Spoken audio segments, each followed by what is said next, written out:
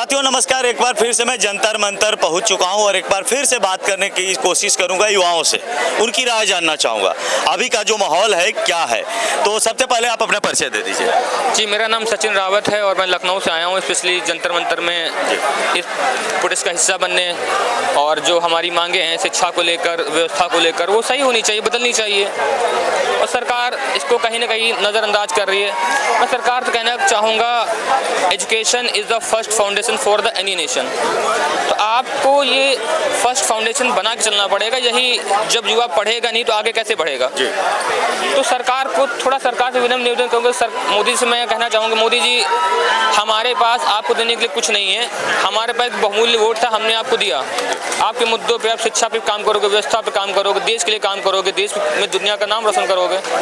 लेकिन मोदी जी, हमने अगर आपको वोट दिया तो आपका एक फर्ज बनता है बदले में युवाओं के लिए, शिक्षा के लिए, व्यवस्था के लिए, स्वास्थ्य के लिए हर मंत्रालय का काम करिए। अब वोट के बदले क्या मिल रहा है युवाओं को? ये वोट के बदले देख रहे हो आप जी, वोट बदले बेचारे लोग भूखे प्यासे भटक रहे हैं, मार खा रहे हैं। सोनम वांगचुक जैसे लोग साइंटिस्ट होके बेचारे भूख के बैठे हुए हैं। क्या सरकार को ये नहीं दिखता कि वो हमारे देश के धरोहर हैं? जब वो विदेश में जाते हैं, किसी यूनिवर्सिटी में जाते हैं, वहाँ उन्हें बहुत प्रिविलेज मिलता है, एज अ साइंटिस्ट ट्रीट किया जाता है। आप उन्हें एज ए एक्टिविस्ट ट्रीट कर रहे हो। क्यों? क्या देश की नौबत आ गई है कि सोनम वांगचुक सर के साथ जिस तरह से मिसबिहेव हुआ है, उनको पुलिस एकाएक आती है और टांग के ले जाती है, उठा के ले जाती है। जी, मैं था यहाँ पे और मैं उस टाइम थे आप? हाँ, मैं आई विटनेस उस चीज़ का। ये बहुत शर्मिंदगी की बात है और बहुत शर्मसार बात है। एक इतने अच्छे इंसान को, साइंटिस्ट को, एक एजुकेटेड पर्सन के साथ इस तरह का मिसबिहेव किया गया। इससे आने वाली पीढ़ी को आप क्या संदेश देना चाहेंगे? मैं आने वाली पीढ़ी को संदेश तब दूंगा, मैं कहूँगा अभी आओ, एकत्रित हो, खड़े हो, इस सरकार से अपनी मांगे रखो, एजुकेशन में सुधार लाओ, देश में सुधार लाओ। आगे आने वाली पीढ़ी तब आएगी ना जब आज बदलेगा।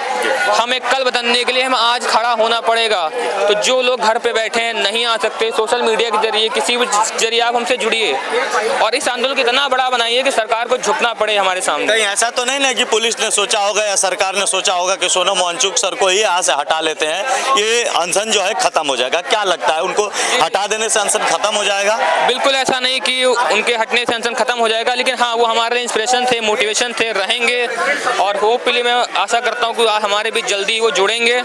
ठीक है, मैं ये भी चाहता हूँ, मुझे उनकी फिक्र है, पूरे देश दुनिया को उनकी फिक्र है उनकी हेल्थ की। लेकिन अगर हाई कोर्ट को उनकी हेल्थ की फिक्र है तो उनके मुद्दों की फिक्र क्यों नहीं है? क्या शिक्षा के लिए लड़ना अपराध है? अच्छा, 20 तारीख को युवाओं में जिस तरह से जुनून देखा गया, क्या लगता है युवा जाएंगे या फिर यहीं से अनशन खत्म हो जाएगा? नहीं, बिल्कुल युवा जाएगा और भारी संख्या में जाएगा। युवा अपने लिए जाएगा, देश के लिए जाएगा, कि बेहतर भविष्य के लिए जाएगा। ये चोट कैसे लगी आपको? ये मेरा 2 दिन पहले एक्सीडेंट हो गया था। मैं इसमें शामिल होने आ रहा था तो जल्दबाजी में मुझे कार ने टक्कर मार दी, तो मैं डिवाइडर से टकरा गया और मुझे भी 9 टाके लग रखे हैं। लेकिन मुझे इस चीज़ से कोई फर्क नहीं पड़ता। जुनून, जज्बा सब जिंदा है। देश रहेगा तो मैं हूँ और देश के बदलाव मर मिटेंगे। बिल्कुल मर मिटेंगे, लेकिन मर मिटना वो शायद बहुत से लोग देश के लिए मरे हैं। ठीक है, तो मरना तो नहीं, लेकिन यह है कि हाँ, कभी अगर ऐसी नौबत आई कि देश को कंट्रीब्यूशन देने के लिए मरना पड़ा तो बिल्कुल मर जाएंगे। जब हमारे जवान मर सकते हैं तो हम क्यों नहीं मर सकते? अच्छा, एक सवाल और होगा, आप इतने कष्ट में, इतने दुख में, फिर भी इस धूप में और इतने भीड़ में आप खड़े हुए हैं, इसे युवाओं को क्या संदेश देना चाहेंगे? मुझे नहीं लगता कि मुझे कोई चोट लगी है, कुछ है। जब सेना पे हमारे नौजवान गोली खा के हमारी लड़ सकते हैं तो हम चोट खा के तो बिल्कुल यहाँ पे खड़े हो सकते हैं। चलिए और भी युवा से बात करने की कोशिश करेंगे। क्या लगता है, आप लोग की बातें सुनी जाएगी या फिर हिला हवाई होती रहेगी? अभी मैं अपने जो मैंने कैंपेन स्टार्ट करा हुआ है उसके बारे में मैसेज देना चाह रहा हूँ। हमारे पास राष्ट्रपति भवन में चिट्ठियाँ लिखने का ऑफिशियल परमिशन है। हम आज 4 बजे एक फाइल में कंपाइल करके सारे संदेशों को राष्ट्रपति भवन पे पहुँचाने वाले हैं। वहाँ मेरे दोस्त पेन, पेपर, स्टेशनरी, कार्डबोर्ड सब लेके बैठे हैं। वहाँ आप हैंड रिटन अपनी आवाज़ को लिख सकते हैं। मैं चाहता हूँ आप लोग सोनम वांगचुक की सॉलिडेरिटी में और जो देश में जो चल रहा है उस पे राष्ट्रपति मैडम का ध्यान जाए, उसके लिए आप लिखिए। और जो यहाँ पे नहीं आ सकते उनके लिए भी मैं दिखाना चाहता हूँ कि आप डॉक्यूमेंट भेजिए इस ईमेल आईडी पे। राइट क्या होगी, क्या वेबसाइट इसकी क्या होगी? अच्छा, मेल आईडी, मेल आईडी है राइट, मेल आईडी बताएं। Right to president for students @gmail.com पे, जिसमें 2 और 4 दोनों न्यूमेरिकल वाला है, आप लोग मेल कीजिए डिजी लॉकर से, साइन करके उस पर मेल कीजिए ताकि उसकी ऑथेंटिसिटी रियल लगे।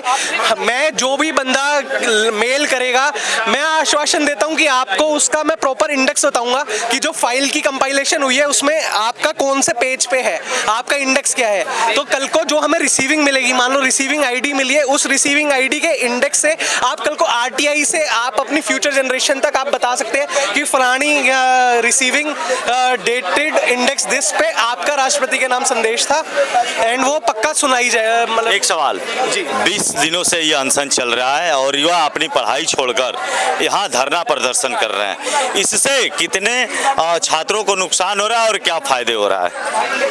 फायदा क्या हो सकता है? फायदा तो कोई नहीं है। सरकार को लग रहा होगा फायदा, तभी तो 20 दिन से अनशन चल रहा है।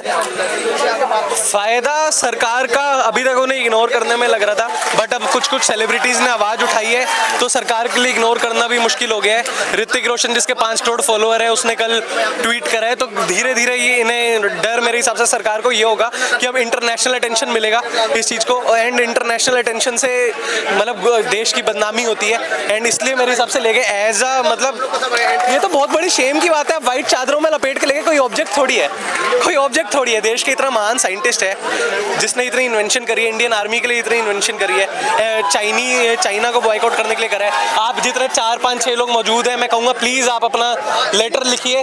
मैं आपको आश्वासन देता हूँ, कशिश माटा मेरा नाम है, आप एक बंदे को मैं रिसीविंग दिलवाऊंगा, रिसीविंग का आपका इंडेक्स बताऊंगा कि उस फाइल के अंदर आपका किस इंडेक्स पे है। आप कल को आपके बच्चे होंगे, आपके पोते होंगे, आप कह पाओगे कि जब सारा देश, जब हिस्ट्री लिखी जाएगी, जब सारा देश अंधकार में था, जब सबने अपनी आंखों पे पट्टी बांधी हुई थी, उस टाइम पे एटलीस्ट आपने अपनी आवाज उठाई थी। बिल्कुल।